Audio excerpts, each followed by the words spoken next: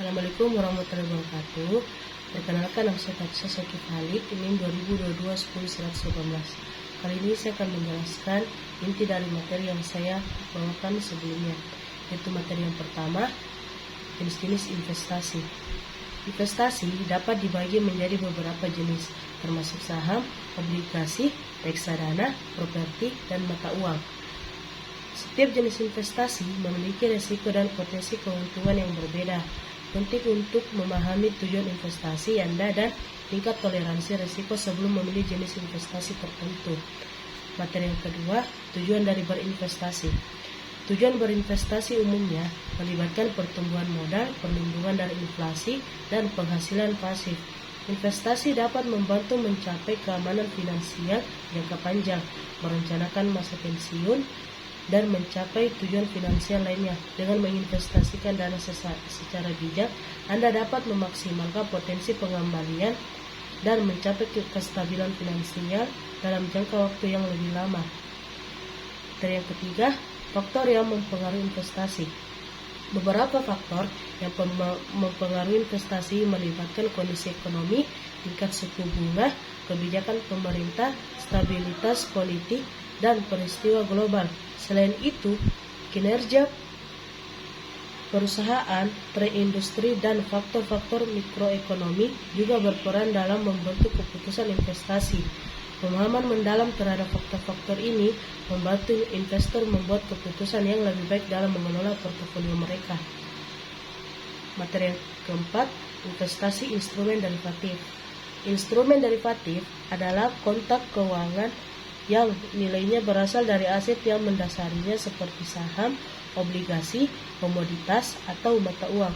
Tujuan utama investasi dalam instrumen derivatif adalah untuk mengelola risiko, lindung nilai hedging, atau mencari peluang keuntungan spekulasi.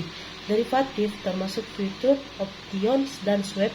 Investasi ini melibatkan konsep kontrak berdasar pergerakan harga aset yang mendasari dan dapat memberikan fleksibilitas dalam manajemen risiko atau pengambilan posisi pasar. Namun perlu dicatat bahwa perdagangan derivatif juga melibatkan risiko tinggi dan memerlukan pemahaman yang baik. Materi yang kelima, yaitu inti dari instrumen investasi yang sesuai dengan tujuan investasi dan profil risiko Anda. Pemilihan instrumen investasi yang sesuai dengan tujuan investasi dan profil risiko Anda melibatkan pertimbangan cermat terhadap faktor-faktor seperti tujuan keuntungan jangka panjang, toleransi risiko, dan horizon waktu investasi. Instrumen investasi yang cocok mungkin termasuk saham, obligasi, reksadana, atau kombinasi dari berbagai kelas aset. Diversifikasi portofolio juga penting untuk mengurangi risiko. Adapun pemilihan instrumen secara khusus akan bervariasi sesuai dengan preferensi pribadi, kebijakan investasi, dan kondisi pasar yang sedang berlaku. Yang keenam, inti dari sektor-sektor yang ada di Bursa Efek Indonesia disertai emiten yang terdaftar di setiap sektornya. Bursa Efek Indonesia atau BI terbagi menjadi beberapa sektor, diantaranya adalah sektor pertanian, contoh emitennya PT Astra Agro Lestari Tbk. Kedua, sektor pertambangan, contoh emiten PT Freeport Indonesia Tbk. Sektor keuangan, contoh emiten PT Bank Sentral Asia Tbk.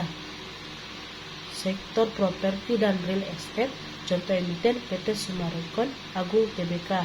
Sektor konstruksi, contoh emiten PT Wijaya Karya Tbk. Sektor Indonesia Dasar dan Kimia, contoh emiten PT Unilever Indonesia Tbk. Sektor barang konsumsi, contoh emiten PT Indofood Sukses Makmur Tbk.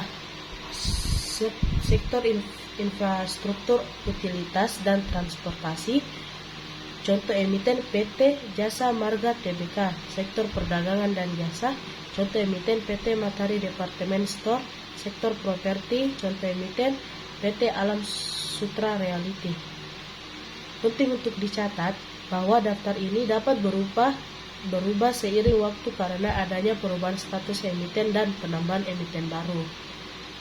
Materi yang ketujuh, pelaku di pasar modal dan instrumen apa saja yang ada di pasar modal.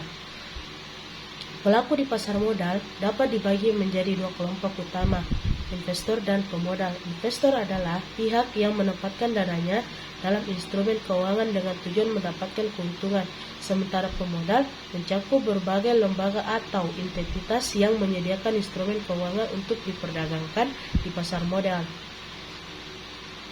Instrumen yang diperdagangkan di pasar modal melibatkan beberapa jenis, termasuk saham, obligasi, reksadana, derivatif, ETF, surat berharga komersial, REITs, dan waran, instrumen pasar uang. Pelaku di pasar modal menggunakan instrumen ini untuk mencapai tujuan investasi atau mendapatkan dana dengan cara yang efisien. Dan yang ke-8 yaitu langkah evaluasi kinerja dan revisi strategi dalam manajemen risiko saham. Langkah evaluasi kinerja dan revisi strategi dalam manajemen risiko saham melibatkan beberapa tahap, yaitu analisis kinerja saat ini. Evaluasi hasil dari investasi saham yang sudah dilakukan ini mencakup penilaian terhadap return yang telah dicapai, volatilitas portofolio, dan sejauh mana kinerja sesuai dengan tujuan awal. Kedua, identifikasi faktor risiko. Menilai faktor risiko yang mempengaruhi kinerja saham ini melibatkan pemahaman terhadap risiko pasar, risiko perusahaan, dan faktor-faktor makroekonomi yang dapat mempengaruhi nilai saham. 3. Perbandingan dengan benchmark. Membandingkan kinerja portofolio saham dengan benchmark yang relevan. Benchmark ini bisa mencakup indeks pasar saham atau indeks sektoral yang relevan. Revisi strategi investasi. Jika hasil evaluasi menunjukkan ketidaksesuaian dengan tujuan atau risiko yang tidak diinginkan, maka perlu melakukan revisi strategi investasi. Ini bisa melibatkan perubahan alokasi aset, penambahan atau pengurangan saham tertentu, atau bahkan penyesuaian terhadap time horizon investasi. Terus, diversifikasi atau diversifikasi portofolio, melakukan penyesuaian untuk mencapai tingkat diversifikasi yang sesuai dengan toleransi risiko terhadap berkonsentrasi pada satu saham atau sektor dapat meningkatkan risiko.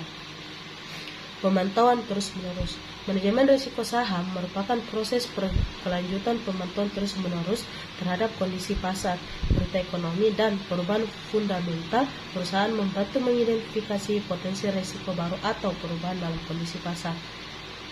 Dengan melakukan langkah-langkah ini, investor dapat lebih efektif mengelola risiko dan memastikan bahwa strategi investasi tetap relevan dan sesuai dengan tujuan investasi jangka panjang. Yang ke-10, investasi nilai kecil, strategi indeks, trading harian, strategi kuantitatif, investasi kontrarian, dan pemula dolar. Investasi nilai kecil, small cap value investing, fokus pada saham-saham dari perusahaan kecil yang dianggap memiliki nilai fundamental yang rendah dibandingkan harga sahamnya. Tujuan adalah mencari potensi pertumbuhan jangka panjang dengan harga yang dianggap murah. Strategi indeks, index investing, melibatkan investasi dalam indeks pasar sebagai cara untuk mereplikasi kinerja pasar secara keseluruhan. Tujuannya adalah mendapatkan exposure diversifikasi secara otomatis. Trading harian, day trading, strategi perdagangan saham yang melibatkan pembelian dan penjualan dalam satu hari perdagangan. Day traders mencari keuntungan dari fluktuasi harga saham dalam periode waktu yang singkat.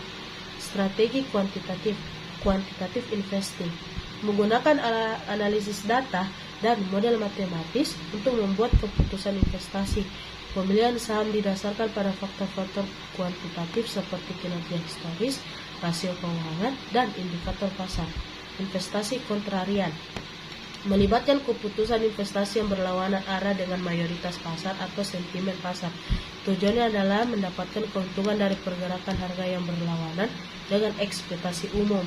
Pemula dolar, dollar cost average, metode investasi yang melibatkan pemilihan sejumlah dana secara teratur dan tanpa memperhatikan harga pasar saat ini, membantu mengurangi dampak volatilitas pasar dan memanfaatkan fluktuasi harga seiring waktu.